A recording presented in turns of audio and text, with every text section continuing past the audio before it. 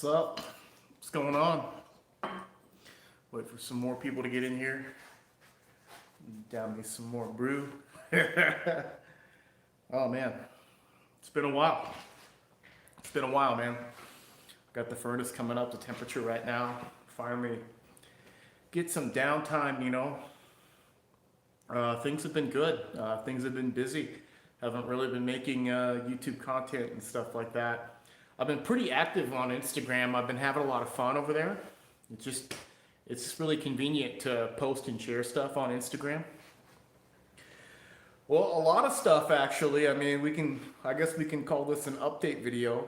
I mean, we just moved to a new place. I had to set up a new shop. You notice that there's a garage door behind me now. Oh, excuse me. Whew. It's been a while since we've had some brew, you know? Oh man, so yeah, I got a new house. We got a new baby. Baby's sleeping right now, so it's been fun. Baby's a month old now, so things have been good, man. I've been having a good time. Getting the shop back up and running, getting back into the rhythm of stuff. I think it's a nightmare whenever you move your shop anywhere because if anybody knows me personally, I'm not the craziest organized person.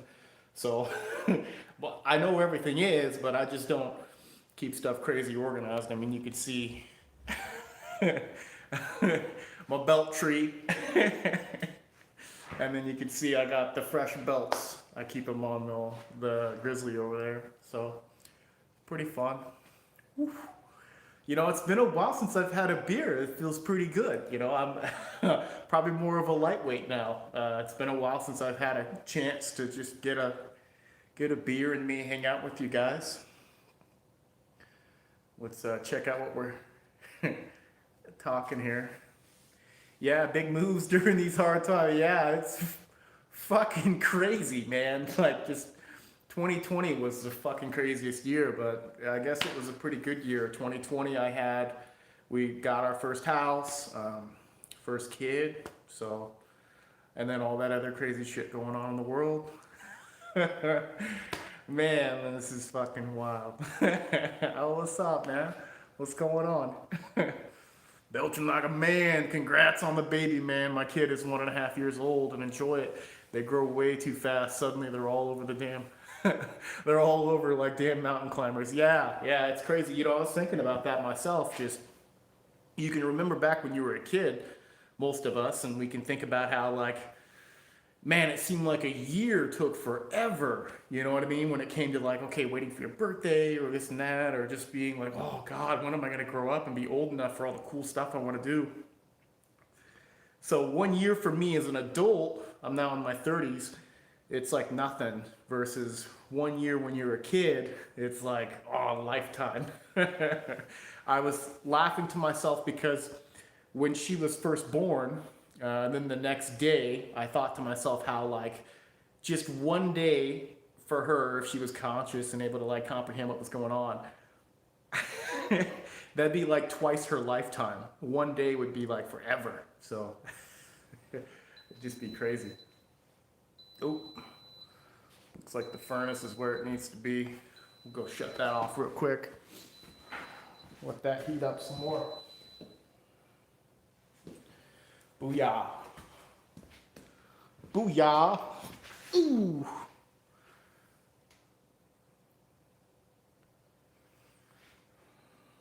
All right. Cheers.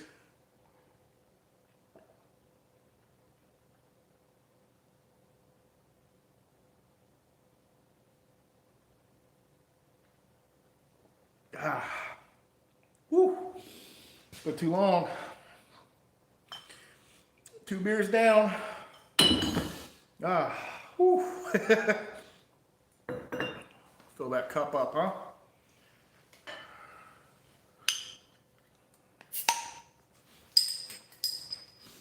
Yeah, I just figured it'd be fun to hang out with you guys, and if you guys ever have questions, you know, it's kind of fucking hard to make videos just because shit. The problem with having a video is kind of a one-sided conversation. You share something and then someone's like, wait a second, whoa, whoa, whoa, that goes against what I believe, blah, blah, blah. So it's kind of more fun to just do a live feed where you can just talk real time with somebody and just have a conversation about stuff. I like that better. Whew. One beer for a baby is like 20 years for us. We saw changes week to week with the little one, all from crawling to suddenly walking and then running around like a dog on speed. Cheers, mate. Yeah, it's wild. You know, when she was born, she was 7 pounds, and right now she's 10.5 pounds. So just completely changed in 1 month. I haven't changed at all, really, but she's changed exponentially. So it's been pretty cool. What's up, Matt? What's going on, man? Will you do custom orders soon? Man, I've just been busy with, I've got all these projects I've been working on. I really like doing research work just because it's like you're on the frontier of finding where the limits are. So that's really been my kind of favorite thing.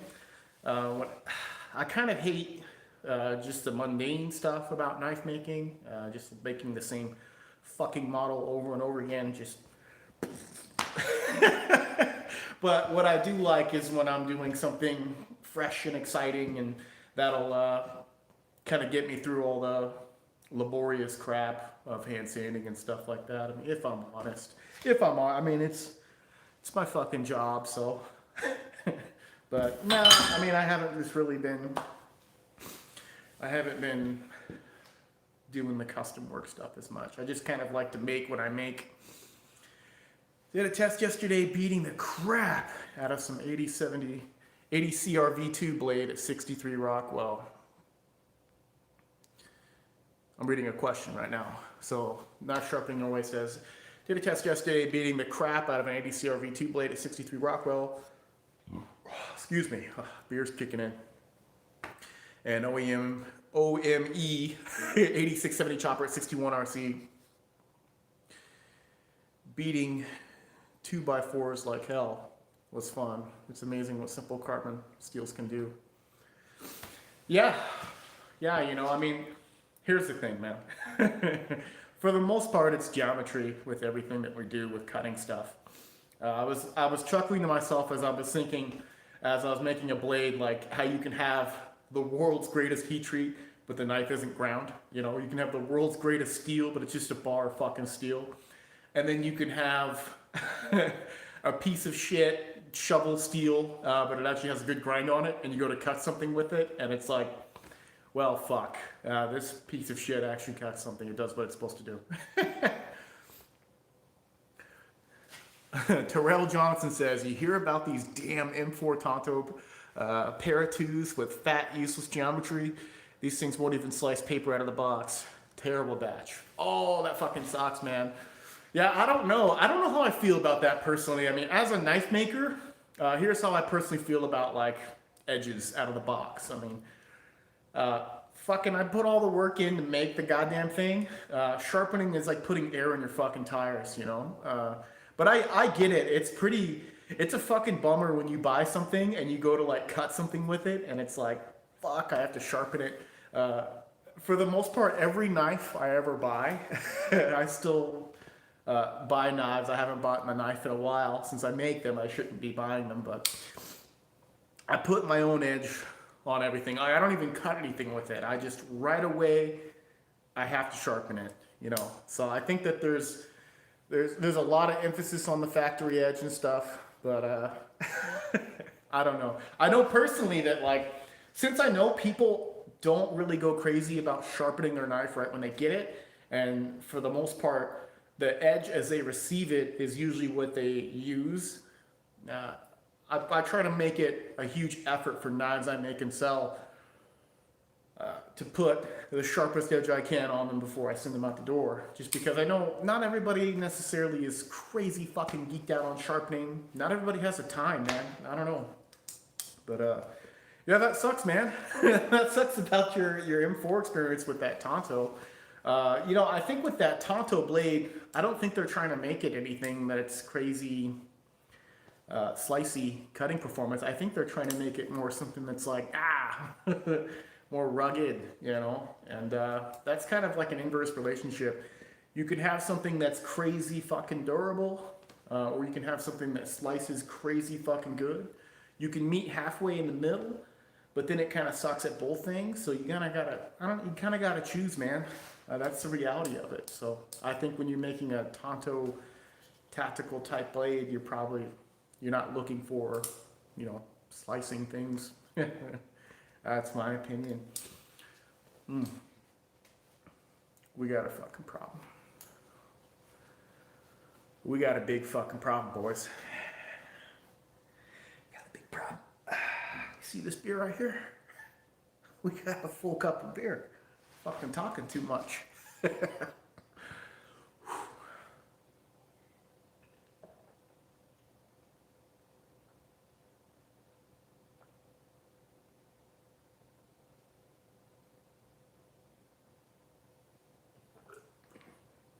Ooh.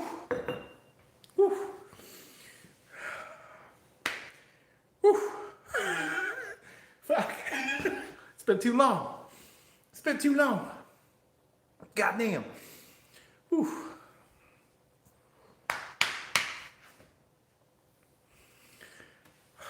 I was sand and resharpened my blades. My 8670 chopper is 0.8 millimeters at the shoulder.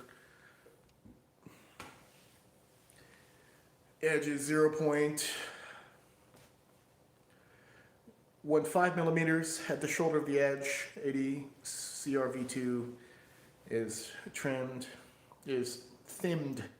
It's a new fucking word you're making up on me, man. Thinmed. T-H-I-M-M-E-D. Thinmed. Thinned. At 10 degrees until a burr then. Microed at 15, chopper is thinned at 12, microed at 18. Both are stropped at 25. Very, very light for strength. That sounds like a pretty good edges, man. I like it. Yeah, because you're able to like come in and get this area right here when you go a little bit higher. So, pretty good, man. Oh, man. Oh, man. That third beer, it's starting to kick. Yeah, fuck. You know, I said January, and the problem is I didn't realize Japan was on fucking lockdown with Corona. They had the coof lockdowns again over in Japan, so that's where the stones are made. They're made in Japan. And everything got fucking delayed. I mean, I'm sold out of King Neo stones. I was fucking surprised. I sold out of those vitrified diamond stones. Those weren't cheap. Those were like $400 for the higher grits and $450 for the coarse grits. And people were like, fuck you, we'll buy them all. So I was stoked about that. So we got a bigger order coming, but everything got delayed because of the shutdowns over in Japan. So we're probably looking at mid-February. The first thing we're going to bring in is the 400 grit stone. Total fucking workhorse. I mean, personally, I need that stone. Fucking amazing stone. Fastest cutting bench stone I've ever experienced. It maintains its flatness, has good feedback, fucking splash and go. Just, I mean, at the level I work at right now, I just don't give a fuck. I just don't give a fuck about stones that are just kind of mediocre. You know, I've probably spent thousands upon thousands of dollars on stones. I've tried out all the different ones. I tried out all the budget ones. I've been sharpening for over 10 years now. And so when you get to that point, you're just like, you know what? Fuck all this shit. Just give me the best. So that's kind of what this project was about.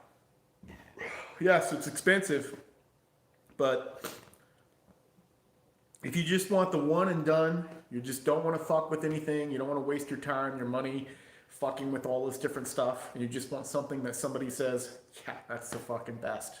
There you go. I mean, if you consider that, you know, all the money I've wasted on all these different stones over the years, like, fuck, it would have saved me a lot of money. Even though it costs more up front. So I thought that was interesting. I'm dyslexic, sorry. I'm just breaking your balls. Just breaking your balls, man. Things always change. New steels come out. What's your updated top 3 EDC steels strictly for high performance and slicing, not hard use applications? Fucking sweet question. I like that one, man. From what I can buy right now from like a production company, I mean, this K390 PM2 has been fucking awesome. I mean, I love it. This has been my most carried knife. The steel is definitely a little softer. It's at like 63.5 HRC. This stuff it kind of likes to be at 65 for the little higher performance, but at the same time, it makes it easier to sharpen, and the edge was more prone to rolling than chipping, so maybe some people like that.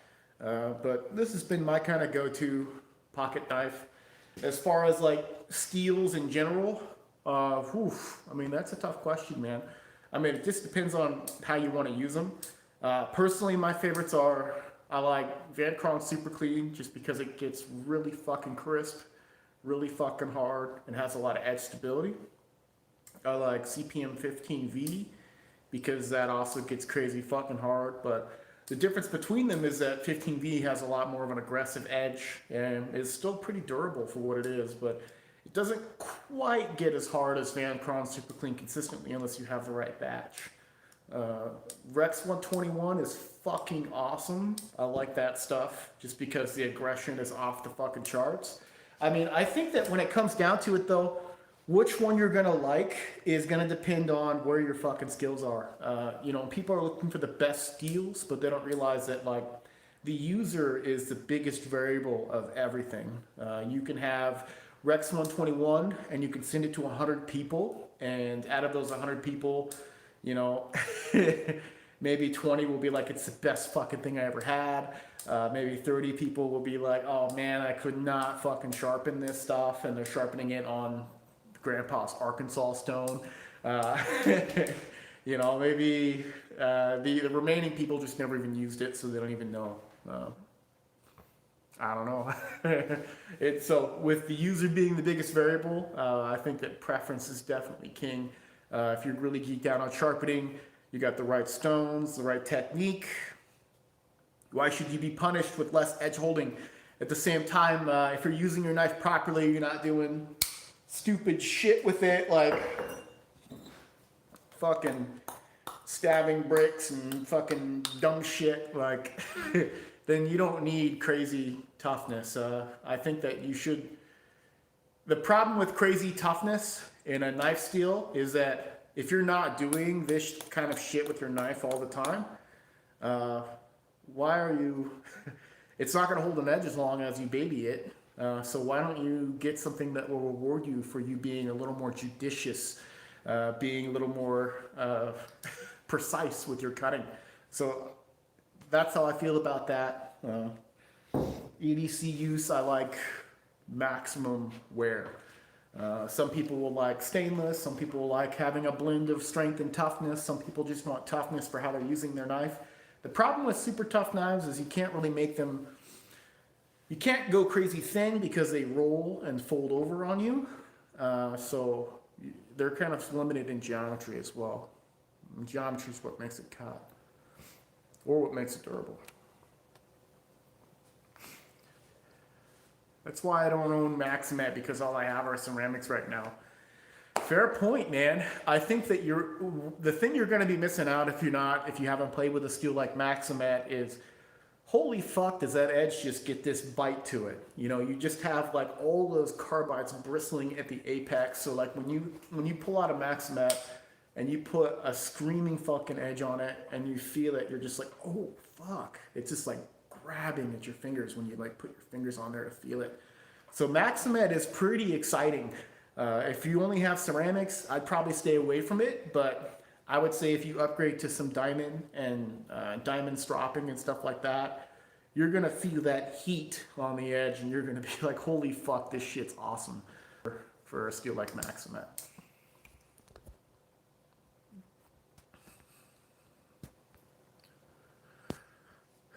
Long time no see. What's up, man?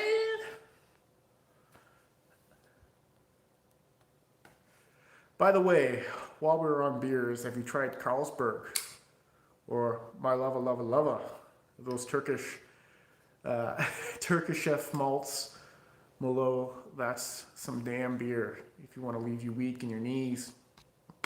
I don't know. Yeah, I mean, I've drank some crazy fucking beers. I've drank some that were like really high percentage, probably on the verge of not being beer, but I don't know, man. That shit fucked me up. I don't know if I like drinking that kind of shit.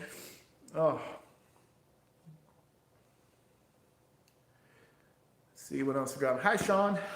Funny you just popped on. I was just researching the bento box Para 3 and K390, torturing myself about whether it's worth it.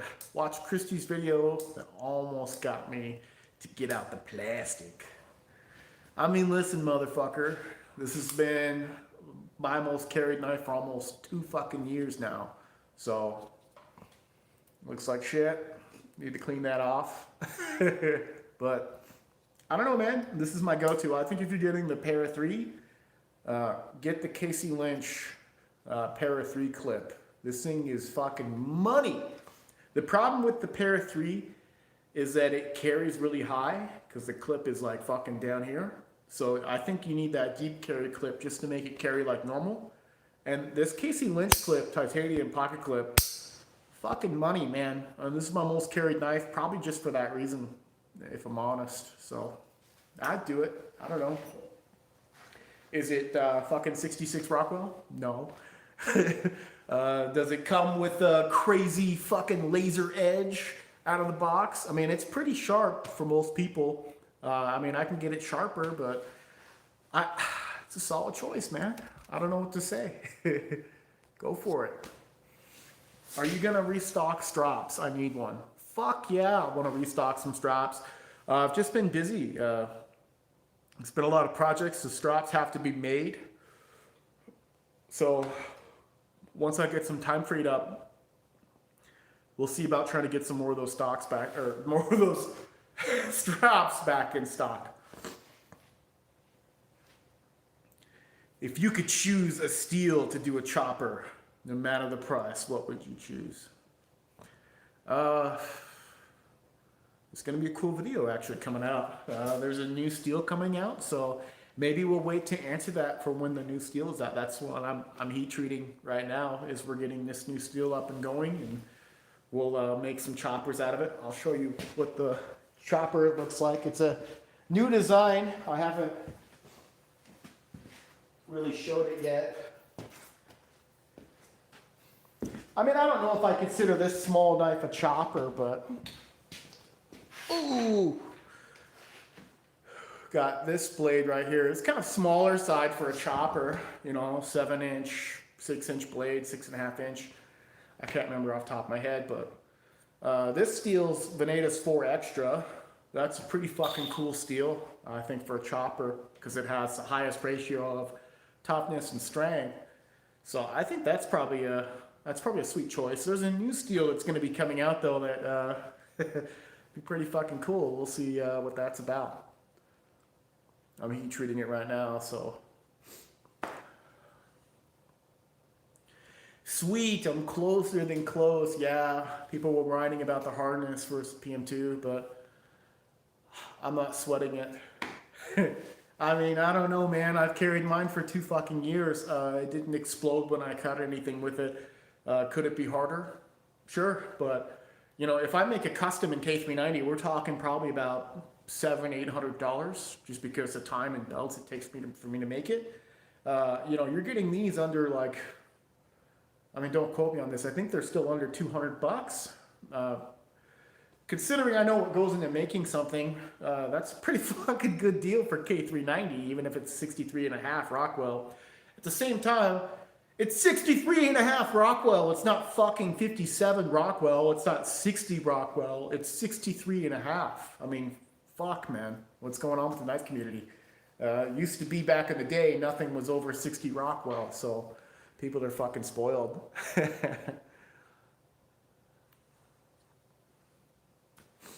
You could call that the Big Bear. Yeah, we'll see, man. We'll see. They're about $217 when I got mine in December. Yeah, I don't know what to say. Still a good deal, man. You know, how much would it cost you to make it yourself? I mean, think about that. Fuck me. That cost a lot, right? Let's say you bought the steel. Buying enough steel for a little mini fixed blade would probably be, I don't know, let's say about $30 for K390 if you could find it. You're gonna have to buy it in maybe 12 inches. That's the smallest you could probably order it. So probably $50 for that. Fucking, how many belts is that going to take to grind it? How much is that going to cost to heat treat it? How long is that going to take to grind? How long is it going to take to sand it and finish it, put handles on it? I guarantee you it's going to be cheaper than $217, especially to make a folding knife. So, I don't know, man. I think it's still a pretty good fucking deal for an exotic steel that, I mean, I'm enjoying. I think it's pretty kick-ass.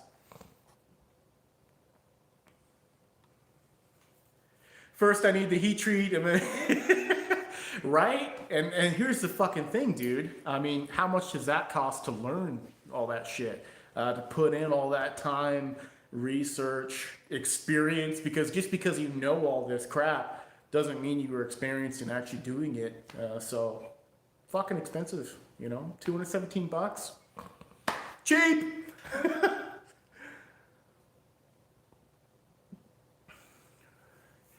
I'd call that a pig sticker. Frederick, I'm going to butcher that name. I'm so sorry. Has made Vanadium 4 extra blades at 66 HRC before.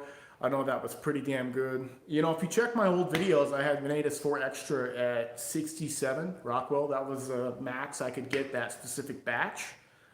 This one's 63.7. If you're going to do impact type toughness stuff, then you probably don't want to go crazy high on the Rockwell. Usually when you're chasing high Rockwell, you're chasing something that's designed for cutting. So it's just like, high Rockwell is the antithesis of chopping through shit. But at the same time, if you're making something that's designed for slicing, if you're able to maximize strength while avoiding the pitfalls that can come if you're just chasing purely high Rockwell, then yeah, you should go for it, because that's going to give you a little more yield strength at the edge. The edge is going to be less prone to rolling over. The thing is, for something that's designed to making impact, we're not necessarily worried about going crazy fucking thin. We're trying to make sure the thing doesn't explode when we're chopping through shit. So, Def, I know it's cheap, but I got too many damn knives and a lot of sharpening to do. That's a fucking subject for another video, isn't that, man? I mean, the problem with having a knife collection is that you get to a certain point where you hit critical mass with all the knives that you own, to the point where those knives now fucking own you. Because what's happening is you get so many knives, those knives are now, they demand all your time to take care of. You got to make sure they're not rusting in the sheath. You got to make sure the edges are maintained. It's a full-time fucking job at that point. So realistically, a man only needs about, I don't know, about 5 good knives. If you start going past that, I think they start to fucking own you. But if you got some really cool shit, then fuck yeah, go past 5 knives for sure. Literally slave to the grind. Where on the spectrum is Z-Wear, and what's out now that's close to it? Well, Z-Wear is actually crewwear. It's an analog. It's like comparing Pepsi to Coca-Cola to RC Cola to Shasta Cola. It's like comparing 20CV to M390 to CTS 204P. It's just different brand making the same formula of steel. Yeah, his blade was a carver. Good. Yeah, I mean, you got me all fucked up because we're talking about choppers, and then you're like, this guy's hitting a 66 Rs. I think that Frederick guy is known for A8 mod, right? So when I hear that Frederick name, I think of A8 mod choppers and shit. So when you told me 66 RC, I was thinking like, fuck, he's doing choppers at 66 Rockwell. What a glutton. What a fucking glutton for pain. Here's the thing about high strength as well. What happens with really high strength is everything's good, good, good, good, good, breaks, right? Versus when you have a chopper that's a little softer, good, good, gives. So that's kind of like how that works in a nutshell. So that's why when you have something that's not a chopper, the most important feature of it is for it not to give at the edge. You want it to actually hold its shape. You don't want it to chip, but you don't want it to roll prematurely. You don't want anything to happen prematurely.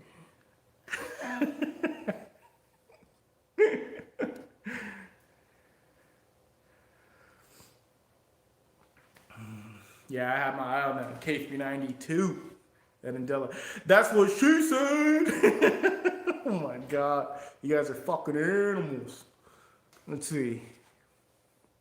Yeah, I have my eye on that Indela K3. You know, here's the fucking thing. So the PM2, I think they ran a little bit softer at 63.5. I mean, the other ones made in Seki City, I think they're running those a little bit harder.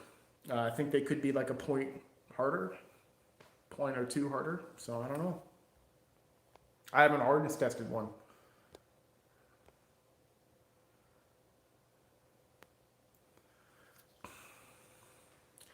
Yeah, I mean, here's the deal, boys. So when they're mass producing a steel and they're heat treating in big fucking batches, okay? So not everything. So when I heat treat, so hear me out. Come here, we'll talk. I'll give you guys the fucking secrets here, okay? So when I heat treat something one at a time. That is not an efficient use of my fucking time. All this shit you see takes forever to do. So why the fuck am I wasting my time heat treating stuff one at a time? Well, that's because I can guarantee it's at that temperature, okay? It's like, it's heated properly, it's cooled properly. There's no fucking ifs, ands, or buts about it. When you have to do stuff in batches, you're not always gonna make sure everything's even. So the problem with doing huge batches, volume fucks you. But at the same time, if you're not doing stuff at volume, how the fuck are you gonna make anything affordable? I mean, I'll make you a knife in K390. I mean, I'll get it perfect. I'll get it fucking perfect. But $800? Fuck me, right? Versus what, $217? So I don't know. I don't know what the answer is. You know, I don't know what the fucking answer is.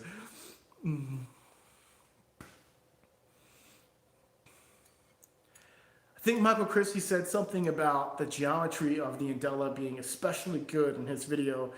Add me to the looking at the K390 Indela list. Yeah, I mean, it looks pretty fucking sweet. I mean, I haven't really bought a knife in like a year. So if I didn't make knives, I'd definitely be in the market for an Indela, I think.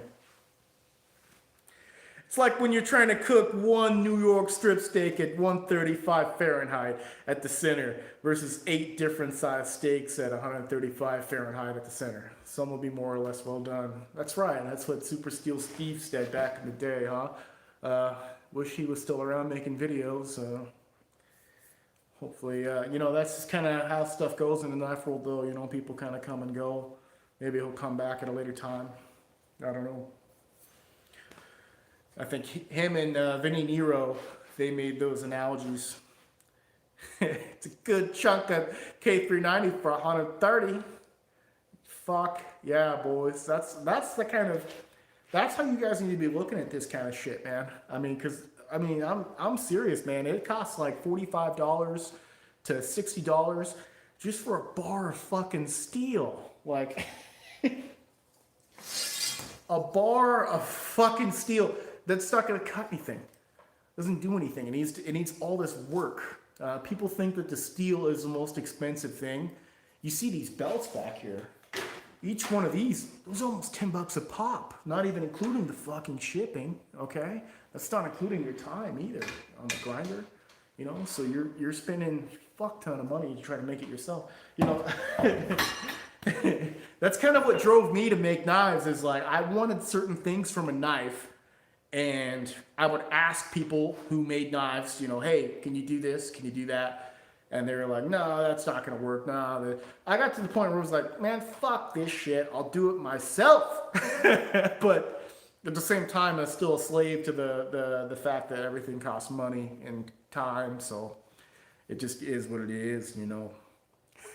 But at the same time, I mean, I think it's way fucking cooler. Sure, the knife is like crazy fucking expensive, but you get something that there was no fucking compromises to. You know what I mean? Like, we live in a world where everything is on the verge of being completely fucking automated. Like, everybody completely fucked, you know, and say the next, could be 20 years, could be 100 years. Who the fuck knows? But the fact that you're getting something that somebody was like, no detail spared, the best you can make it, that one knife, one at a time, hand fucking made. Hell yeah. That's what I'm talking about, man. That's what gets me excited. You know, it's really interesting too. I mean, maybe even in, who knows how long it'll take, again, 20 years, 100 years, the days of making stuff by buying oversized and then having to physically remove it down to its size. I mean, fuck. Maybe in the future, what will happen is it's built up, you know, material additive manufacturer. I've been watching that. I mean, it doesn't seem like they're able to do any crazy high strength materials yet, but who the fuck knows? I mean, this is crazy. I mean, you can see I basically have to remove the fucking steel off the side of the blade. It's kind of insane. I think in the future, 20 years, 100 years, 200 years, who knows, they'll look back on this time. It'll be crazy because if everything still exists with the internet and stuff, it's timeless, right? Like, I'll be an old fucking man, or I'll be dead talking to this internet.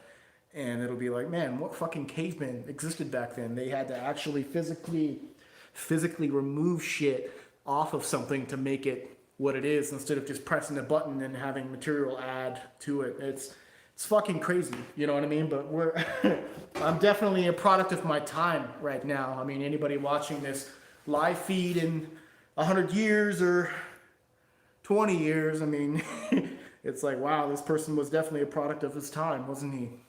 It's interesting.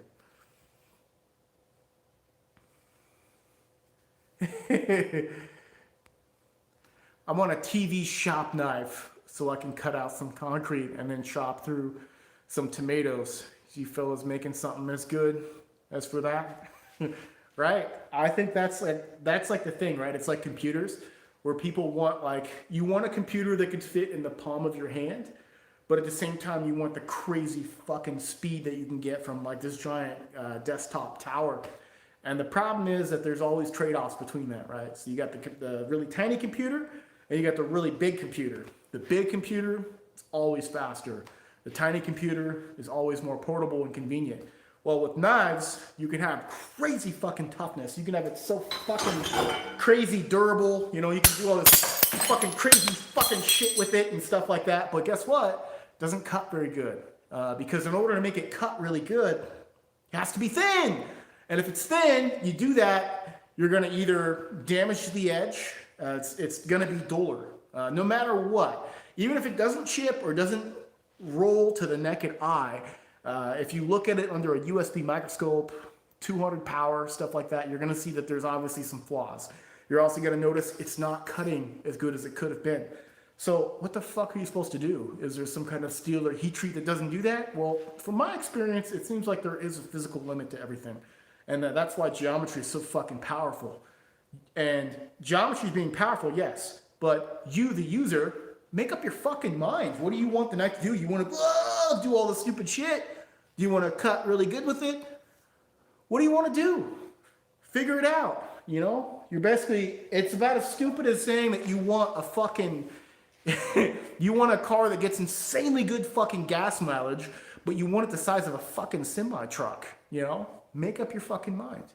For reals. Just for real, man. Kind of annoys me at times.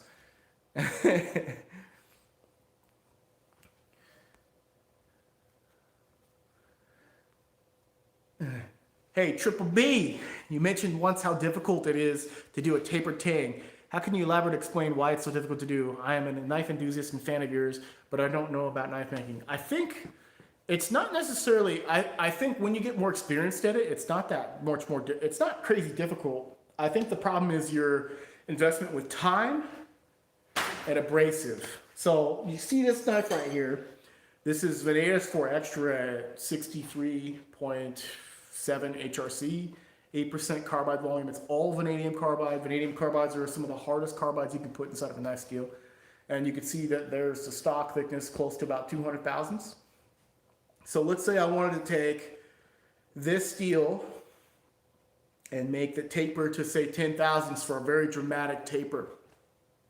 It's not so much that it's insanely difficult to do, but it's the problem of it's going to take time, and it's going to take these guys.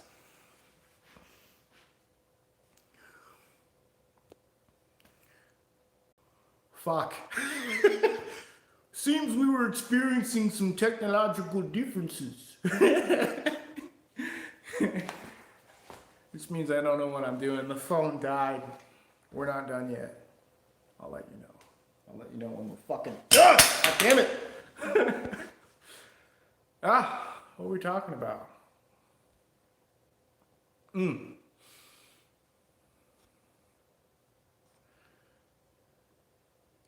Called it low.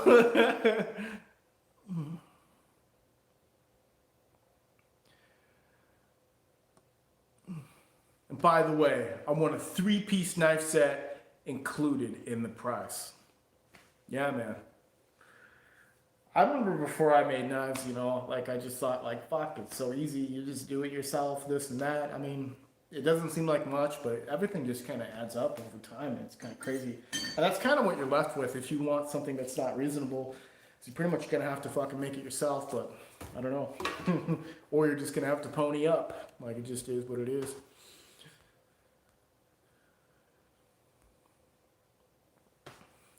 I look at even a thin knife, like a PM2, and just think it won't cut like my open L.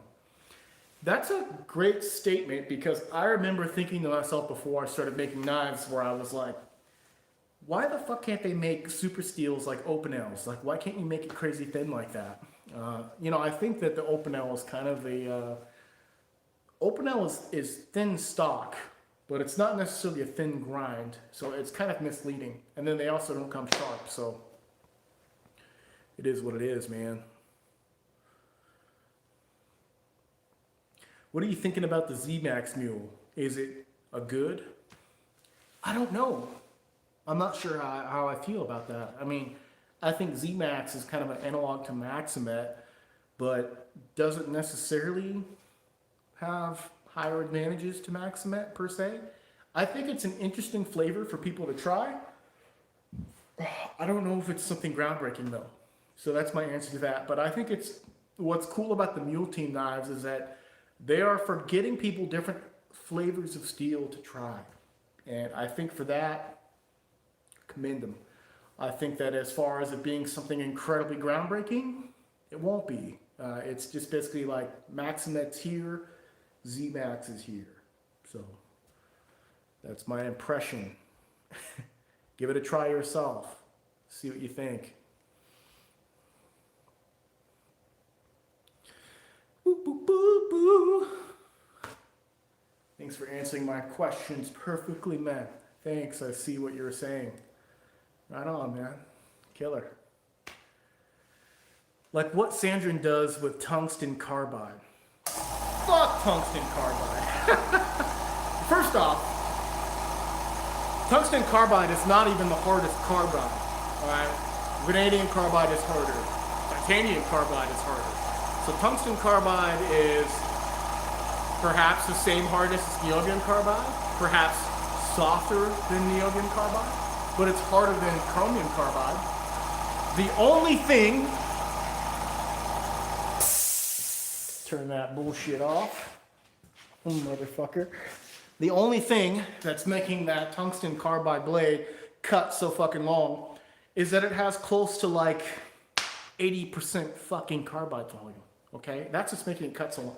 The actual particles themselves inside there, they're not harder than even S30V.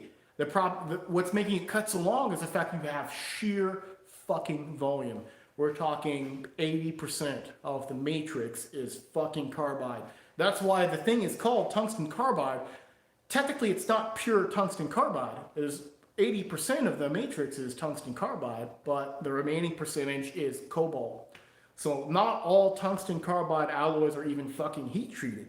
The thing that makes them so hard is that you have sheer fucking volume of these really hard brittle particles inside the steel. The problem why that sucks my balls is because at the edge, it's incredibly fucking stiff to the point where when you sharpen your knife, if you don't know anything about knife sharpening, you have a dull edge, you sharpen one side so you get a burr, lip of metal, okay? Then you're done on that side. You cross over on this side so you get a burr, and then you have to basically remove the burr by doing alternating strokes until you get your sharp point again. The problem with tungsten carbide is that as soon as you go to remove that burr, you just completely shear off and take the tip of the edge with it as well. So then you're back to like this kind of fucking plateau flat top shit. So it's too stiff at the edge because the majority of what's making up the microstructure is fucking 80% of incredibly stiff particles. But the metal itself, what's making it flex is the fact that it's really thin. Thin materials will flex. There's nothing, I'll show you. I'll show you guys what I'm talking about here.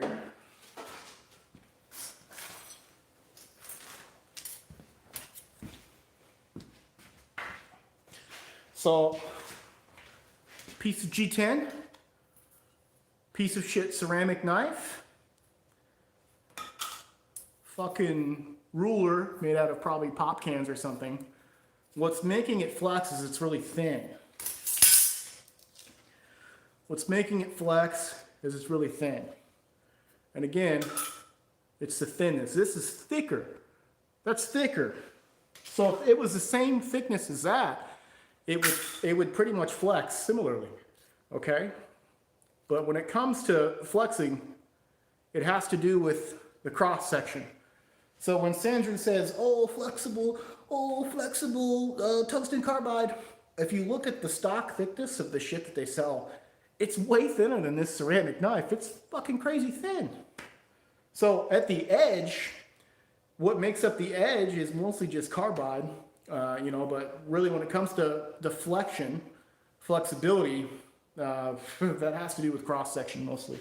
So, whew, not a fan. Not a fan, man.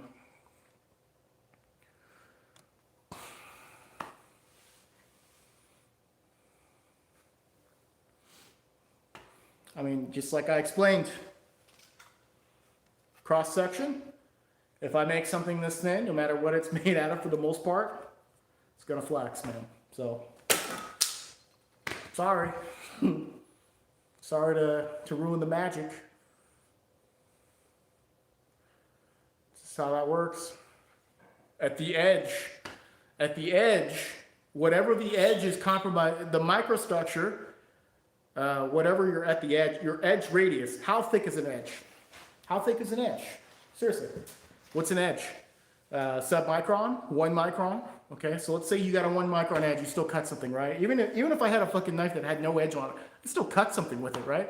So it gets to a point where like, say we are at about a 1 micron edge, radius of the edge, it still cut stuff, right? Still cut paper, all this shit. What's composing that edge? If it's mostly just pure carbide, let's say half the composition, 80% of the composition is fucking carbide, 80% of the composition is really stiff material, then that edge is not going to be flexible. The bulk of the blade will be flexible if it's thin, but down at a 1 micron radius, the brittle features of what makes up the edge will take over, it seems. That's been my experience. So, fuck, man. Sorry for keeping it real. It is what it fucking is. I mean, that's why I can make a knife out of S125V, which is not a tough steel, and it'll be flexible still if I do a thin enough cross section. That's how that works, man. But I don't know. It's too difficult to explain to the lay people. They just, when I didn't know anything myself, when I saw like an edge flex and stuff like that, I was like, oh my God, it's fucking crazy. Well, if it's thin, it flexes, you know. When people do that brass rod test, if your edge is like, they're like, okay, if the edge bends, it's too soft. But if the edge chips, it's too brittle. Well, first off, we're not like denoting any type of the amount of force being put on there. So that's one variable. But then the next variable is, well, the chipping versus rolling being too soft. There's this huge fucking area in here. All you're doing if your knife passes the brass rod test is you're saying it's not complete shit, but you're not denoting that it's like superior. Don't even get me started.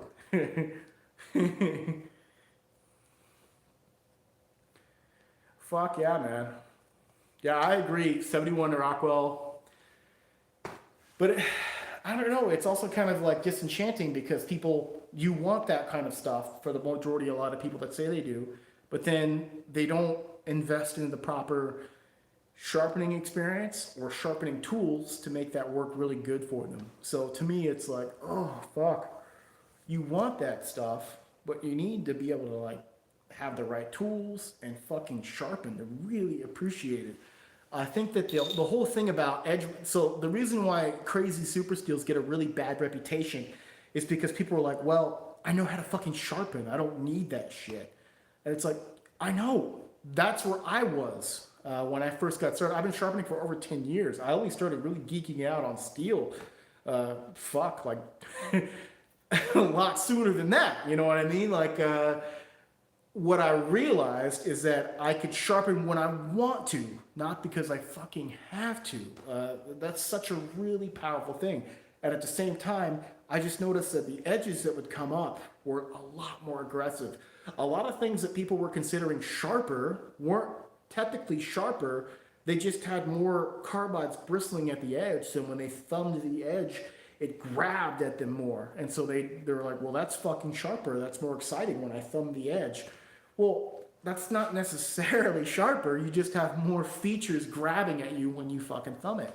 So I think that there is something for these really high carbide steels. I know in the past it's been kind of a cardinal sin with the whole carbides are bad, carbides drop edge stability, carbides make it more brittle, not capable of holding a really great edge. You want no carbide kind of shit.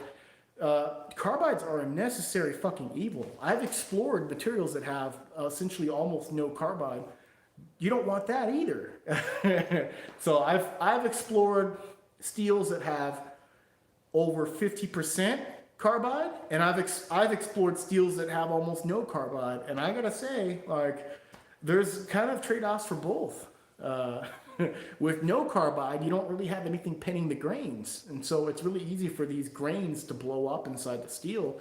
And the thing about the grain of the steel, technically it's all grain, right? Carbides are on crystal grain.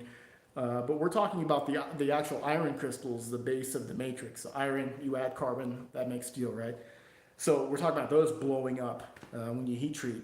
Well, carbides actually help pin those grains in place. That's what helps keep something like a CPM steel that has crazy high carbide volume, fine grain. These grains, they can't really grow because they're being pinned in place by these carbides. So when I was exploring this one material called cowdie, for like, okay, this is a matrix of 4V without the carbide, and if we can get rid of its carbides, we'll have the highest amount of edge stability. Well, we also can't get as hard. We can't get as much strength at the edge. The edge is really prone to wearing and blunting smooth. And at the same time, if we try to chase the maximum HRC, the fucking grains are gonna blow the fuck up. So, yikes. Mora has that flex knife in the same steel as everything else they made, but it's ridiculously thin and flexible.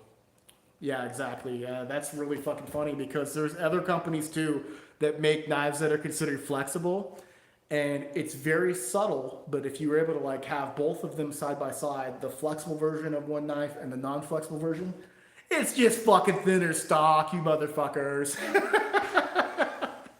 God damn it. Oh man.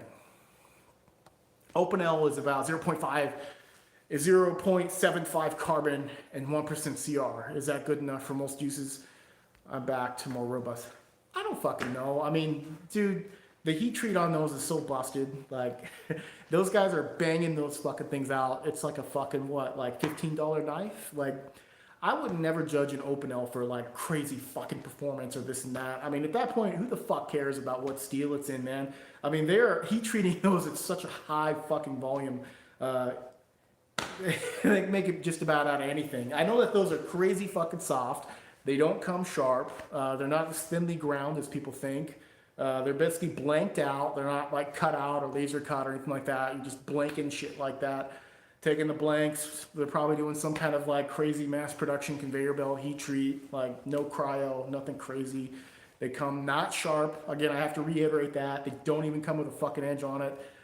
You can argue with me all day. I had a box of Open L's. I checked them all out. They were all fucking had burrs all over them. So, you know, I would never even, I don't even feel it's worth the time to geek out on what steel an Open L is because it's like a fucking $5 or $15 knife. I mean, who the fuck cares? It cuts good. It's made to be very affordable. It's enjoyable. It's a cool knife, but I wouldn't be geeking out on like, does it have, with this kind of steel with an Open L, will it do such and such? They're not tweaking it, man. They're not hot rodding that shit. It is what it is. Yeah, I had an edge warp on an Open L while trying to cut bamboo because they're fucking soft. They're like mid to low 50s Rockwell. Like these things are crazy fucking soft. So they don't even necessarily have the heat treat to support that kind of geometry, but everybody loves that shit. Everybody loves them. I've had people say that they've had their Open L for 20 years and they've never had to sharpen it. And it just goes to show that if you have thin enough geometry behind the edge with no edge, you can still cut stuff with it. So I don't know, man. It kind of makes me feel a little disenchanted about it because I try so fucking hard. I spend so much money on this shit. And at the same, and I could sell a knife for $800, but it's like, fuck, why the fuck is that knife so much? And it's like, because I'm fucking actually giving you the fucking shit you're saying you want. But then to go back to like a fucking $15 knife and be like, oh, can we tweak the fucking performance of this shit? Like, no, it's impossible to make that volume and do that shit. So sorry for ranting. I'm sorry for ranting a little bit. I'm sorry. I'm not trying to be personal or anything. I'm just my own feelings about the fucking subject. Just kind of gets me all riled up. No edge, also recurve, had to flatten the profile. We put a bevel on it, still love it. Not going to complain for the price. Exactly. I mean, that's all I'm trying to say is like, don't complain about the price, but at the same time, don't try to like fucking like, how do we like tweak this to get the highest performance? You fucking don't make a knife for $15 fucking dollars. That's like more than the fucking belts it would take to grind that piece of shit. Like, give me a fucking break. But whatever, man, if I had an Open L, if that's all I had, I'd be stoked. I would just have to sharpen it more often than I'm used to because it's just crazy soft. I think for most people, the super steel game is completely lost on them. Buy a well-made and heat-treated custom high-carbon steel knife. Tell me it isn't great because edge geometry and heat treat is key.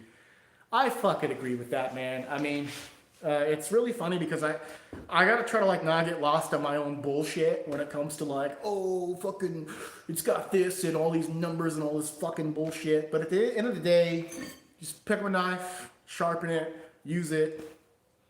Works pretty fucking good, But if you are discerning enough, then yeah, I mean, some of these like really extravagant details, they do matter. But the reason why you don't see them widely available is because they take a lot of fucking time and money to make. It's for real, But yeah, you just get a well-made knife and a high enough carbon steel that can get, low 60 Rockwell, excellent geometry, excellent fit and finish.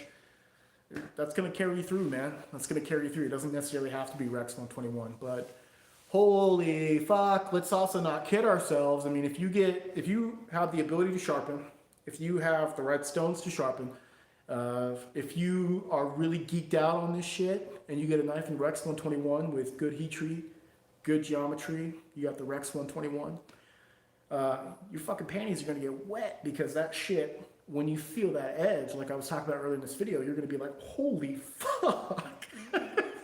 You know, it's got this fucking horsepower at the edge. It's got this heat when you feel it. It just like grabs at you when you're grabbing it. And then you'll also notice when you're cutting stuff with the Rex 121 with a real edge on it, it's cutting with just ferocity. You know, like you're just like, holy fuck, this thing is just cutting ferociously.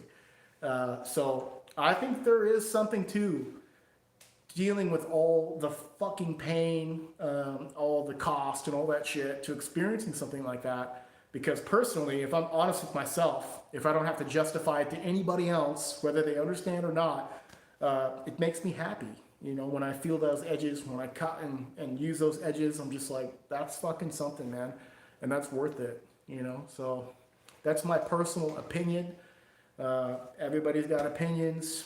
Opinions are debatable, so yeah, I don't know. But at the same time, I won't turn my nose down at something like ABL at high hardness. Like, that shit's pretty fucking cool too. But you'll notice when you have a steel that has fine carbide at low volume, you just don't get that same heat at the edge. It comes up really keen. It can come up very crisp, but it definitely comes up slightly smoother. It doesn't come up with the same just amount of aggression at the edge. So I think, considering that, I mean, if I were just like blind testing steels and picking them up, I would notice right away. I'd be like, fuck, that's awesome. Or, you know, fuck, that's a little bit on the keener side and stuff. A little smoother. This one's grabbing at me a little bit more. So, I don't know. It's definitely a lot more expensive to make knives at Rex 121 for sure. You know, those carbides are just really hard to shape with the ceramic abrasive.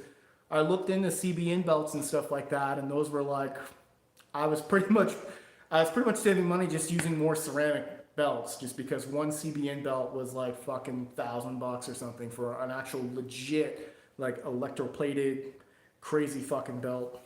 Yeah. It's wild, man.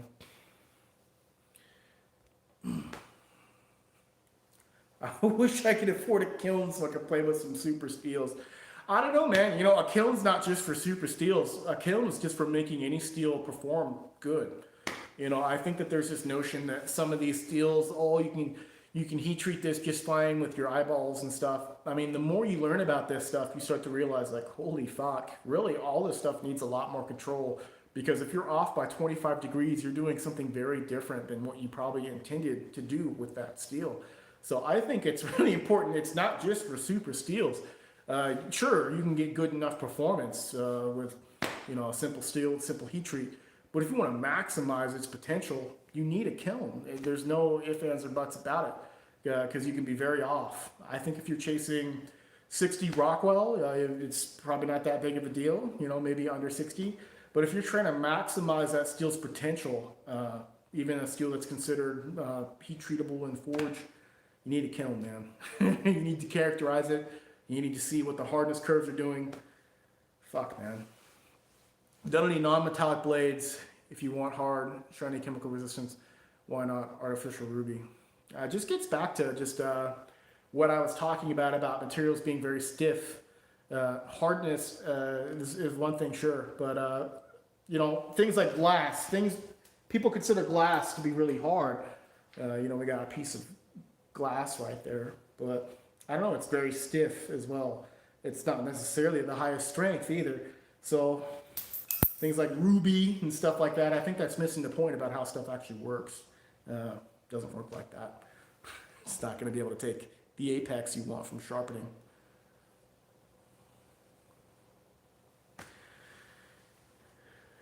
True, I'm at a point where I need to get one. Yeah, I mean, here's the thing, man, like, I started from nothing. You guys can go back and watch all these YouTube videos when I first got started.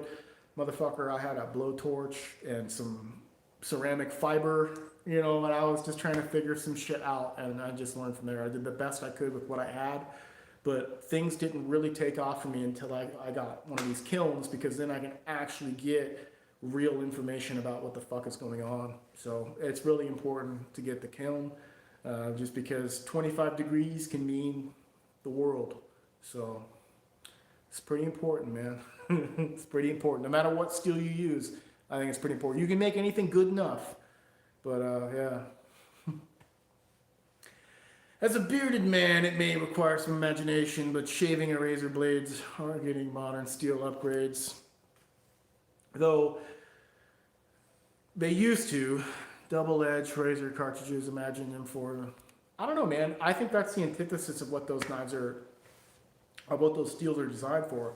So I think you need to think about what those blades are designed to do. Shaving your hair requires a smoother featured apex. It doesn't require these types of bristling carbides.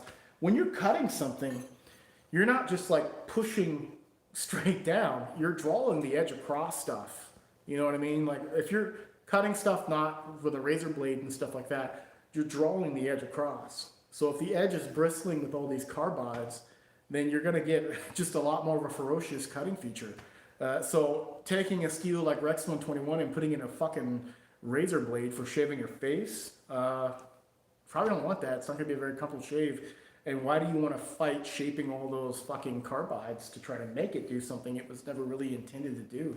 You're kind of smoothing out all the features that you're fucking paying for. So I think that's a very simplistic way of looking at it, where it's like the Rex 121 is the fucking future, and why are they not modernizing these straight razors and stuff like that? Well, it shouldn't be looked at like that. These are just, they do different things. Yeah. You just have proud razor burn. Yeah, man. I don't know. So if you have a thinner hair and maybe you want a little bit of coarser, I got pretty thick hair, being a little more ethnic, you know. So like, I need like a really smooth, like 10K, 12K edge to get a comfortable shave if I want to shave. Otherwise, it just, I don't know. It kind of irritates the skin, because you're gonna have this steel that's designed for cutting aggression. You have these kind of carbides poking, and that's raking along your fucking skin tissue and irritating your skin. So you really all you want to do is cleave through the hair and separate it. You're not actually cutting the hair as much as you're displacing it. So you want a smoother edge when you're shaving. So when you're buying Rex 121, you're not buying displacement or cleaving. You're buying cutting, slicing. That's what you're paying for. So it's the antithesis of what that steel is designed for, to make Rex 121 a face shaver. Now, does that mean you can't get it hair shaving? That's not true at all. You can get it hair shaving and all that shit. I'm just saying that just kind of like, that's like trying to force a square peg into a round hole. It's not necessarily what the feature that you're paying for is. I mean, you can do whatever the fuck you want with it, you know? I'm just saying that kind of like, if we look at the big picture, that's probably not what we should be doing with it, man. Hell yeah, bro. My problem is I put too much time into small details. 30 hours in a Damascus steel chef's knife with a burl handle. Yeah, man. I mean, mad respect for that kind of shit. I mean, the funny thing is you got two kinds of knife makers, really. You've got knife makers that make the most beautiful shit you've ever seen, and you got knife makers like me that try to make the highest performance shit you've ever seen. But at the same time, to do both, it just seems like it's fucking, you only have so much time. The time will defeat you, because it takes a long time, a lot of skills to make something beautiful with the burled wood, with the beautiful fit and finish and the polish and the Damascus that you made yourself and all this shit. I mean, fuck. It's difficult to do. Damascus is not necessarily higher performance. I'm sorry, it's not. It just, there was a capture test between Damascus blade and then the steel separated, like say taking a Damascus blade made out of CPM 154 and AEBL. And if you compare it on capture cut testing between a blade that's a mixture of those two steels, the catcher result was in between both of them. It didn't cut as long as CPM 154 by itself, but it didn't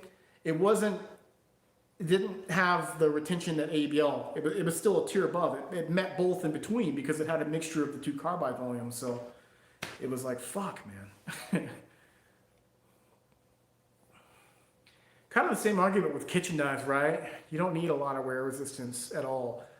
Yeah, you do a lot of push cuts in the kitchen. I think so, in some regard, but at the same time, let's face it, with a kitchen knife, you run into things like pepper skin, tomato skin, things that have this kind of soft rubbery feature on the outside where you need a toothy edge to get through, but then delicate flesh on the inside where maybe you want a little bit of a push cut.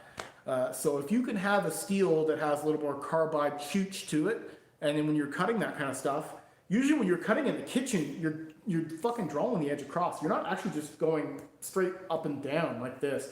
There's a curve to the blade as well. So whenever you see people cutting up and down, it's like a guillotine. If you think about the guillotine, it's kind of gruesome to talk about, where they're cutting fucking people's heads off with the blade that falls down. It's not a completely fucking... The blade is not completely parallel with the head when they're cutting it down.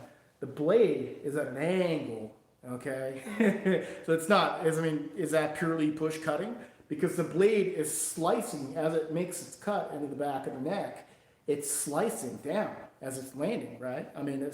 They notice it made cleaner cuts when you're doing that. So, you argue about push cutting, but in the kitchen, technically, in the kitchen, it's a mixture of push cutting and draw cutting. So, I read some of the Damascus steel being described as a powdered Damascus. Does that even make sense? Of course it makes sense. You have RWL34, which is a powdered steel, okay, and then they mix it with an ABL type steel, and so technically powdered stainless Damascus. Most of your Damascus steel is not stainless, it's carbon. So Damascus steel is very expensive, but it's an expensive product to make. It's a powdered CPM 154 basically, mixed with like an ABL type steel. So it's pretty high performance shit. I made a knife out of it. It was very expensive to buy, but it's a more expensive material. Stainless Damascus. Usually most of your Damascus is going to be carbon. So.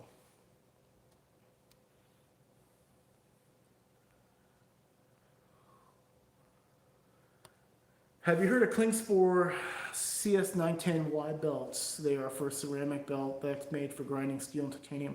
No, Carl, I haven't heard of that, man. I'll look into it. I'm pissing belts, so I never scoff at trying some different belts. I mostly use 1095 and 15 and 20, and shape and geometry is everything for a kitchen knife. You're damn straight, here I'm like talking all this game about like steel and heat treat and shit. If I ground the knife like shit, it wouldn't fucking matter, would it? So, but I'm making an argument for having all of it, just having all of it. I say that in more detail maybe. I'm no steel nerd, but there are any vanadium carbide steels with extremely small carbide. It could possibly work well for the kitchen. Here's the thing, man. When I first got started in all this crazy steel shit, I had extreme tunnel vision on just really fine carbides, and then that just being the ultimate in performance. I would say that if you get a chance to be in the position I'm in and get a chance to experience all this shit, you'll see that it's not so cut and dry. It's not that simple. Because here's the thing, man. A lot of steels people are saying are crazy fine structured. They're not. Things like LMAX, things like CTS XHP, those are way coarser structured than stuff like S30V. Yet at the same time, people are getting better sharpening results and etc. with XHP and LMAX anecdotally, to the point where they're saying, well, these are superior steels for sharpenability, and they seem like they take better edges. Why? Why? Really, why? Because if you look at the micrographs, S30V is clearly finer structured. It has harder carbides, finer structured. And then you have XHP and LMAX that people are saying gets way better, but then it has much coarser microstructure. It's not as tough, all this shit. So to say that like, well, it has to do with the size of carbides for performance for a kitchen knife, I think it's kind of bullshit, man. I don't know. I don't think it's so simple. I think it's a little more complex than that. And I think that cutting in the kitchen is more complex than if it's purely push cutting and if it's purely draw cutting. If you, like I was explaining with the guillotine, it's a mixture of push cut and draw cut. Yeah, so that's my opinion. XHP. Yeah, I mean, fuck, people are getting crazy results with these steels. You know what it is. You know what my theory about this bullshit is. I think chromium carbides are just easier to shape at the apex. And so people are getting better results because I think that when you're sharpening freehand and things like that, you're not usually getting consistent results all the way down to the apex. And so I think that if there's anything interfering with getting this shape, because the sharpness isn't with a fucking grit finish. It's the shape. It's whatever you could shape. I mean, if you could shape it with a coarser stone, it would be sharp. But it's the shape of it, right? And so if you have these hard features in the microstructure and you're trying to shape it down and you're doing it freehand or anything like that, and you're getting this kind of like interference with inconsistent angle, I mean, as you're sharpening back and forth, you kind of get a little bit of a rocking type feature, a little bit of convexity. No matter how hard you try, you're always going to have a little bit of variation. It's not going to keep you from necessarily getting it sharp. I mean, over time, you'll get more consistent with it and all this shit. But you're always getting this type of appleseed apex type thing. I think one of the problems is, though, is that when you have these really hard particles in there, they kind of fight you for getting as well shaped with the same amount of strokes, etc. So I'm thinking those harder carbides, I mean, they could be causing some interference, man. Could be causing some interference. Woo! I don't know, man. I think I'm good at 3 beers. I think if my cheeks are getting all fucking rosy and shit.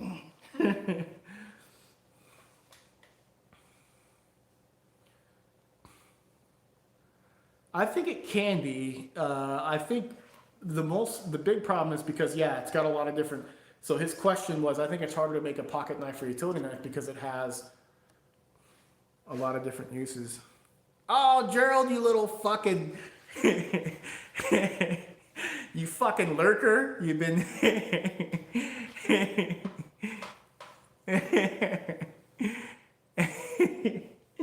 Gerald, you fucking lurker. You've been in here the whole time. You didn't say shit.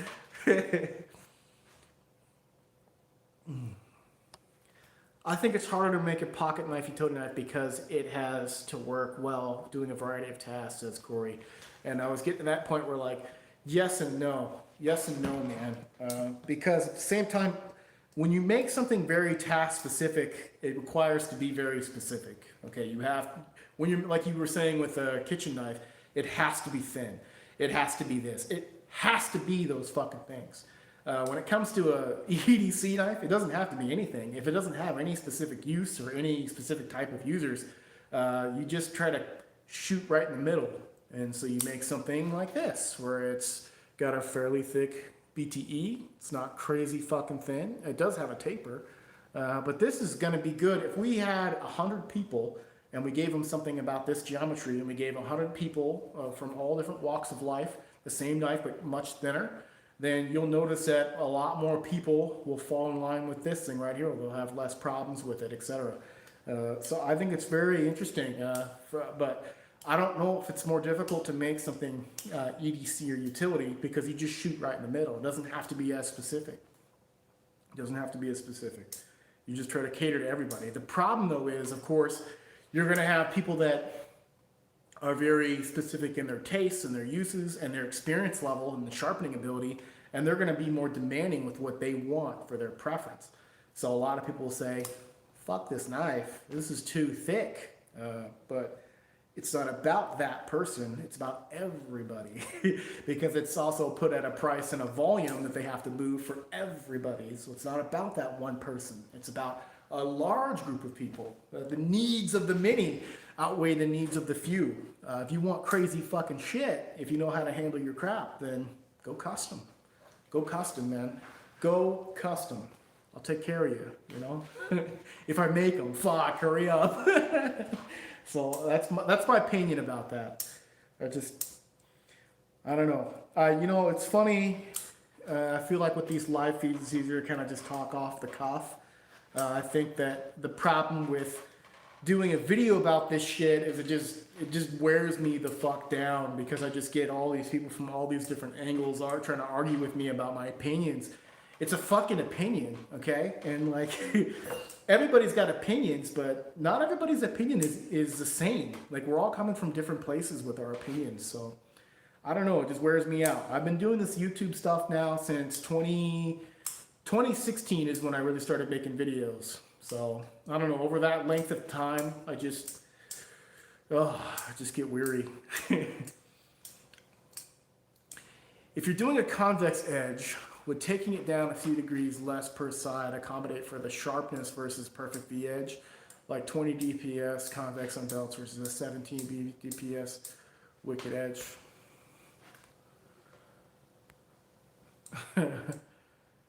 I don't know, man. The convex edge thing is like bordering on fucking religion, So like when you try to argue with people about V edge versus convex edge, I mean, I'd need more beers, to be honest. I don't know if I have enough beer to even converse about that, just because people are so fucking insane about it, and they only see things from their point of view. So like, we take a convex edge, right? You've got this kind of apple seed feature. So if you draw one on a piece of paper, you have this convex edge. And then what people will do is like, you're like, okay, the convex is thinner than the V edge, because people will draw a convex edge inside of a V edge. Okay, and then what people will do is they'll draw a V edge inside of that convex edge, and you're like, well, you see a V edge is thinner. And then people will then draw a convex edge inside that V edge and be like, well, you can see the convex is actually thinner. So it's a complete clusterfuck. What's making it thinner and thinner and thinner is the width back here. Okay, how far up, how wide of a shoulder you're making. So, I mean, if all things are equal, the V edge is fucking thinner. Fuck. That's how that works. And I mean, here's why I just remove the fucking live feeds, because it just pisses me the fuck off. I could talk to you guys because we're talking, we're having a fucking conversation about it. You're not having a conversation about it when you leave a video up, and then I leave the video up, and then people will be like, well, fucking break my balls, leave me a fucking comment this long, and just fucking just annoying as fuck, So it's like, fuck this shit. Fucking annoying. Argue with somebody in a fucking YouTube comment. What a waste of fucking time.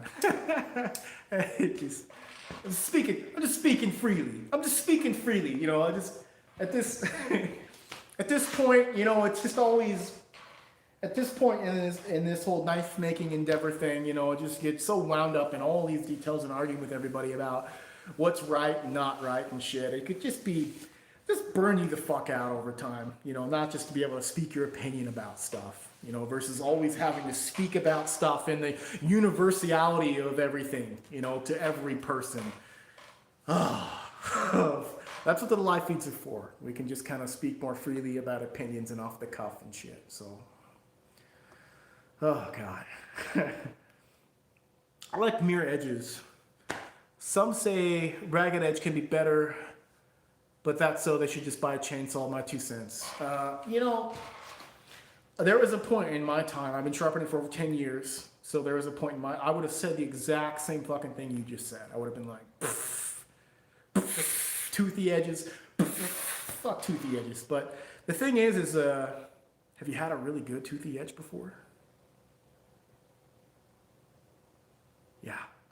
I mean, here's the thing. I'll lay it down for you. We've got people that only make toothy edges because they can't make a really good crisp polished edge without rounding it over. At the same time, we have people that only make polished edges because they haven't figured out how to remove the little bit of burr at the end. So it's a crutch. They go up in higher grit to try to actually get the knife fucking sharp, because that's how they can actually remove that burr. So you got people on two different sides of the fucking fence here, and they're both arguing that toothy's better, polished is better. Listen, figure out how to fucking deburr, enjoy a toothy edge when you need it. When you have a task that demands a toothy edge, there you go. Because No bullshit. It's gonna slice better when you draw that edge across something. It's gonna cut better, you know. And if you get a task like shaving or this and that, where you need to rely on the edge being able to push straight down and through, polish the edge up without crushing and rounding over the edge. What do you want to do with the knife? Maybe your preference is just when you cut stuff, you just like to push straight through. Maybe your preference is you like to just kind of rub it and saw it across. Maybe you like a blend of both and you like to kind of get a polished toothy edge. So there you go, man. Keep it as an option. Don't say that one always sucks and this, unless you've tried both and get an opinion about it. That's what I would say. But for the most part, from edges I've seen from a lot of different people, I'd say either people fall on one side or the other with that. They have a crutch getting rid of the burr, so they always go up higher and grit stones to try to get the edge actually sharp, or they have a problem with not crushing the edge as they go up. So, fuck. How's the business going? You know, it's going good, man. I've just been working on a bunch of research projects and things like that. So that's kind of been like the bulk of what I've been doing. Things have been going good. For 2021, I'm hoping to definitely expand more. When it comes to making knives and things like that, what the tools do for you, like this grinder or just other shit, it saves your time. What happens is your time becomes a really valuable commodity. Everything's soaking up your fucking time. So when you're buying new tools, they're not making you more skilled at that thing. They're saving you time so that you can just make better, you know, you can just make more product for people to buy. So right now, there's still a few more tools I need. I think that it's been interesting. I left my job back in 2018, the end of 2018, to do this stuff, and just did what I could, buying all the different tools I could as I went. So it's been pretty fucking difficult. You know, I'm not gonna lie. It's not all like, you know, peaches and cream and shit. It's been pretty fucking difficult at times. But this year, definitely planning on growing, getting faster, getting more efficient with stuff, getting more of the tools I need to make this a lot more sustainable and profitable for me to do what I love to do. And we got another mouth to feed now, so there we go. What choice? What choice do I have? Sink or swim? I'm a cook. Nice toothy low grit edge is just where it is at in the kitchen. I don't care either way on my EDC. I'll do a mirror sometimes on that just because I like how it looks. Yeah, I agree, man. I mean, I'm kind of the same way. Like, I kind of like to be amorphous, meaning without shape when it comes to that fucking kind of shit. Like, I like the idea of like being shapeless like fucking water when it comes to what edge finish I want to use. Maybe I'm just wake up one day and I'm like, fuck it, I want toothy, or fuck it, I want mirror polish. I think it's really cool to have that option, and I think it's really cool to just play around with different steels and see what kind of synergizes that shit. I think everybody is dying to know what edge finish does their specific steel need, but the problem with that is it's not necessarily linked per se to steel, even though we talk about all this shaving and all this shit. Could just be your fucking preference and what you're using it for, I think. Here's a good example. One day I caught a small trout and I had a PM2 in S110V and I had it all mirrored out and slicked up. And I went to go cut this slimy trout that I just caught. And the edge, it was sharp. It could shave my hair and all this shit. It could shave. But when I went to go cut the scales and all this shit on the trout, when I went to gut it, the edge was kind of like, it was kind of slipping. Okay, it was kind of like rubbing on there, you know, the tough, slimy skin. If I had a toothy edge, it just would have like cut a little more, a little grabbed at the flesh and cut a little bit more, the rubbery, slimy, slippery flesh. So I pulled out my little pocket stone I had the Spyderco double stuff, and I just put a coarse edge on there, deburred it, and it was grabbing at the flesh better and cutting. So that's why I'd say that it's not necessarily that, you know, oh, this steel always gets this grit and this grit. It's fucking more complicated than that. What are you doing with the knife? So I thought that was a great example of why sometimes maybe you want the push cut for cutting cardboard boxes or something, or maybe why you like having something coarser for just really being able to grab at stuff and not slide. And if your edge is slipping off something, I mean, it could slip and fucking cut you and shit. So you want it to be able to grab at what you're trying to cut. So.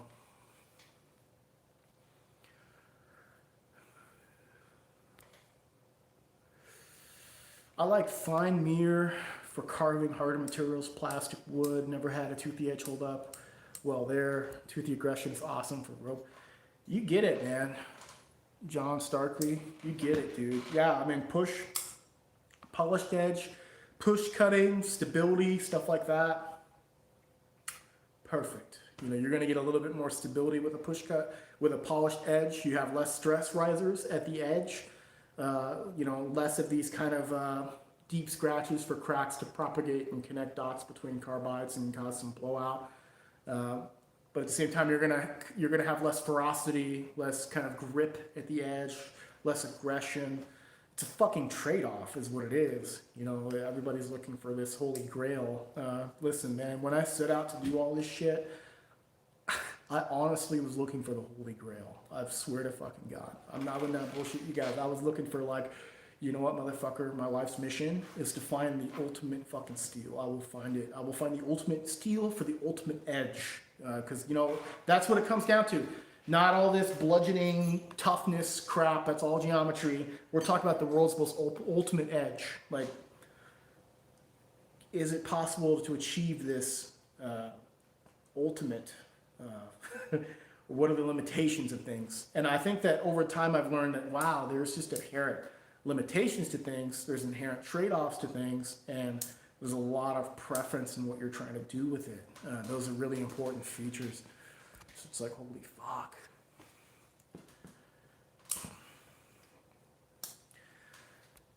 Let me see here. What are we saying?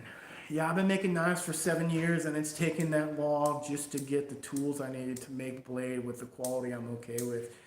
Yeah, I mean, it's pretty rough. I mean, because it's knife making, let's face it, it's pretty tool heavy when it comes to making them efficiently. I think that at the same time, there's a lot of skill and experience that's needed. So if I lost everything and if I had to make a knife with a fucking file, I mean, I could still make knives with a file. The problem is that my time, I wouldn't be able to make things efficiently with a file. It would take fucking forever. But I would have the skills and know-how to, like, make something with a fucking file if I needed, you know. So that's where the skill and experience come in. The tools are just to speed the process up.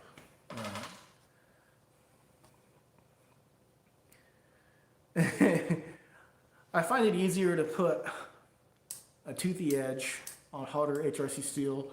Softer steel I need to polish up to get that shaving sharp. For some time in my mind, I've always thought it was the other way around. You know what it is, man, is that with the soft steel, it doesn't really want to release the burr. So when you're trying to sharpen something and get something sharp, you're sharpening to cross over planes so that underneath you have the apex, right? If you don't cross over planes, you're only going to get a burr on one side, right? But you have to cross over that plane to get that really crisp apex. The problem with a soft steel, it's the opposite problem of having a steel that's made up of too many brittle particles. Like tungsten carbide, when we talked about the sandrum being shit, just because when you sharpen it, when you come up to the apex, you make the burr, when you take the burr off, it takes the edge with it. Well, with a steel that's too soft, what happens is as you try to remove the burr, it doesn't want to let go of the burr. For one, that could be a lot of other problems as well with, you know, just the microstructure and how it's heat treated. But also hardness is also that's a factor as well. So it'll be really gummy. It doesn't really want to release the burr. You try to deburr too aggressively at low grit and stuff like that, you could just kind of like smooth over the edge. So when you sharpen at higher grit, a lot of the time higher grit doesn't really have a lot of abrasive power. And so a lot of the time what you're doing is you're burnishing and smoothing things. You're not necessarily cutting things. And so you're making a much finer and finer burr. That's also why you can't take something like a 5,000 grit stone and re-apex the blade. It's never going to be as crisp of a definition if you just go back to 1,000 grit and then polish it up on the 5K. That's why 1,000 grit, 800 grit, most important grits. We're talking JIS, 800 to 1,000 grit. Anywhere from 40 to, let's say, 15 micron as your medium grit. That's where you want to establish apex and then further refine later. Because what happens is don't have the cutting power to make a really crisp point if you're trying to use these types of finishing stones. But that's why a lot of people will find with softer steels, you can get them sharper with polishing them, because you can actually, that burr will get finer and finer as you go up and higher grit. So I thought that was really fucking interesting, you know. I was like, shit, that's interesting.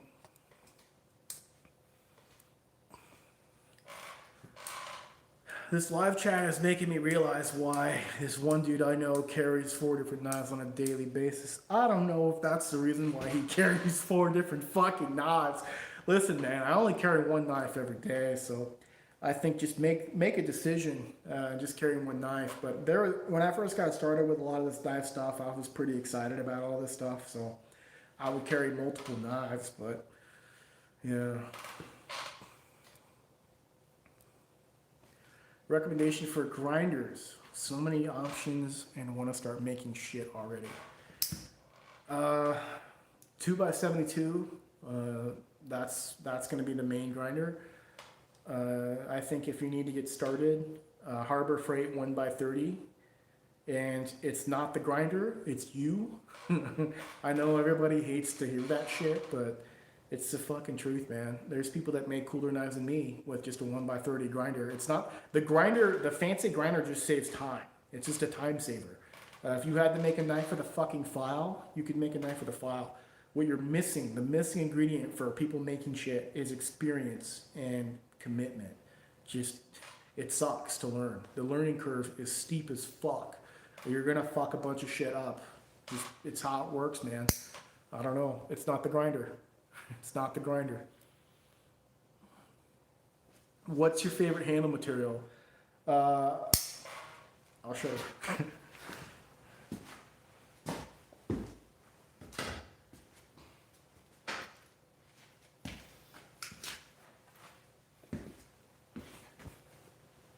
Oh. And then we'll probably wrap this up soon. I gotta take a fucking piss. I don't think I want to drink anymore. Look at that fucking shit. It's micarta. It's handmade micarta. I don't make it. Greg Hansen, or from Idaho, he makes it. It's actually not micarta. It's called G-carta. It's different than a micarta. It's not a phenolic resin, but that shit is so fucking cool, man. Look at that. It's this different fabric, and it's pressed together with this really cool epoxy, and I like it's fabric. You know, it has a cool feel to it. So that's my favorite. I'm not really a big wood burl person. I gotta go back to work. This has been cool though, man. I enjoyed the knowledge and wisdom you share. Best wishes and good luck. Thanks, man. I appreciate it. Fucking couldn't have described how Rex 121 is any better than you did. Triple B. Well said, my man. Yeah. Right on, brother. I'm not gonna lie. I carry one for show, Riot, and one for go. Oh shit. That's funny, man. Damn, it's Damascus micarta. Yeah, hey. G-carta. It's not my carta. It's G-carta.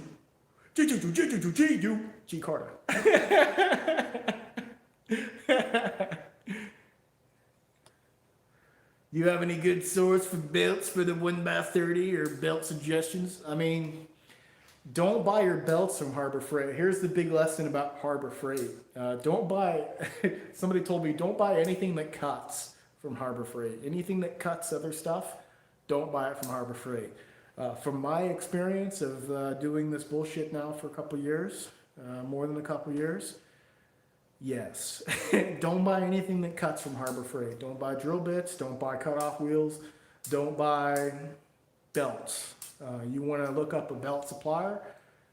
Just, I don't know, type in 1x30 belt. Find a quality belt supplier. I like the Norton Blaze 1x30. I buy all my shit from True Grit. So look up truegrit.com and buy your stuff from them, man. They're solid. Wide selection. I like to have a small, non-threatening knife. and a bigger one for longer cuts. I might have a third or fourth one specialized, like a serrated or hot bill shape utility knife for abuse and loading. Yeah, man. I mean, those are pretty solid recommendations. You know what I thought would be really fucking cool? To have something uh, like a Stockman, like uh, with the little nail nicks and shit, but it's got 3 different blade steels, and it has 3 different blade geometries, and it's designed. Each blade is designed for different things. So instead of having to carry around like 4 different knives, you can have one knife that's got 3 blades, different geometries for different things, different blade steels and heat treats, and then you put different edge finishes on them for like one for like shaving, one for slicing, one for in between. That'd be kind of fucking cool, huh? I think that'd be kind of sweet. I don't want to make it though. Somebody else can make that. That'd be sweet. I think that'd be rad. A lot of abrasive companies can make any size belt you need, so call them up. If 1x30 isn't listed, and ask. Yeah. Thoughts on micro mesh belts? I don't know what that is, man. If you have a 1x30, 60 grit. Ignore all the other belts. That's if I think I'll use it though. Hey, thanks for the great content. Finally caught you live. Keep up the amazing work you do. Thanks, man. I appreciate it. I like having the serrated blade on my Leatherman. Oh, I had a Leatherman. I used to have to carry a Leatherman for my old work when I worked for another company or whatnot as an EMT, and I don't know. I don't know if I can't bring myself to enjoy serrated blades. I think that it's got to be a plain edge, man. I got to be able to have the ability to go polish or toothy or in between. I can't have something that's just always fucking serrated. But sometimes if you're just purely cutting rope, like in very specialized circumstances, then yeah, serrated is always going to cut rope better. So it is what it is.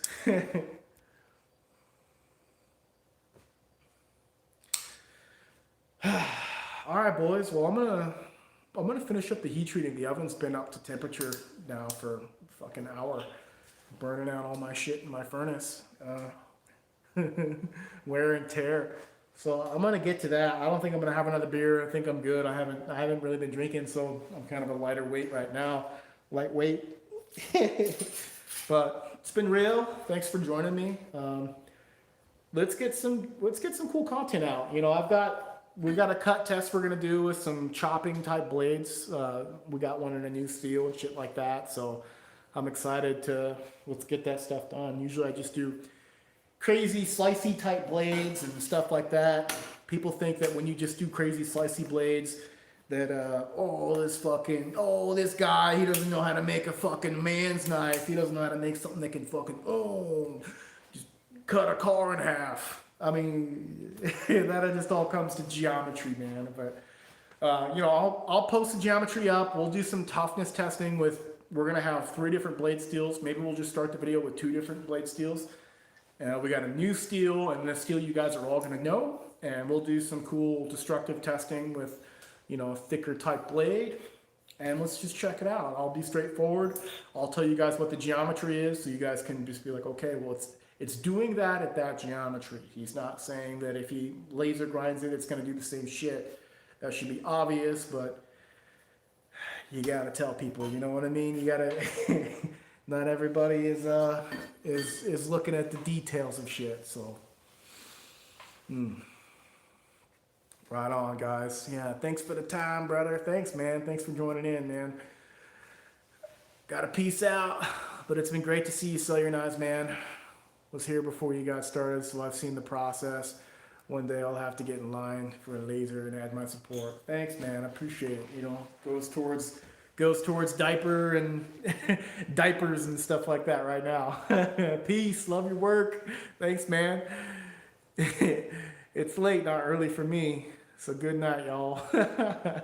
Right on. Hey, thanks, man. Thanks for the baby. Yeah. Well, let me show you guys something. I'll show you guys. Hold on. I'm really excited about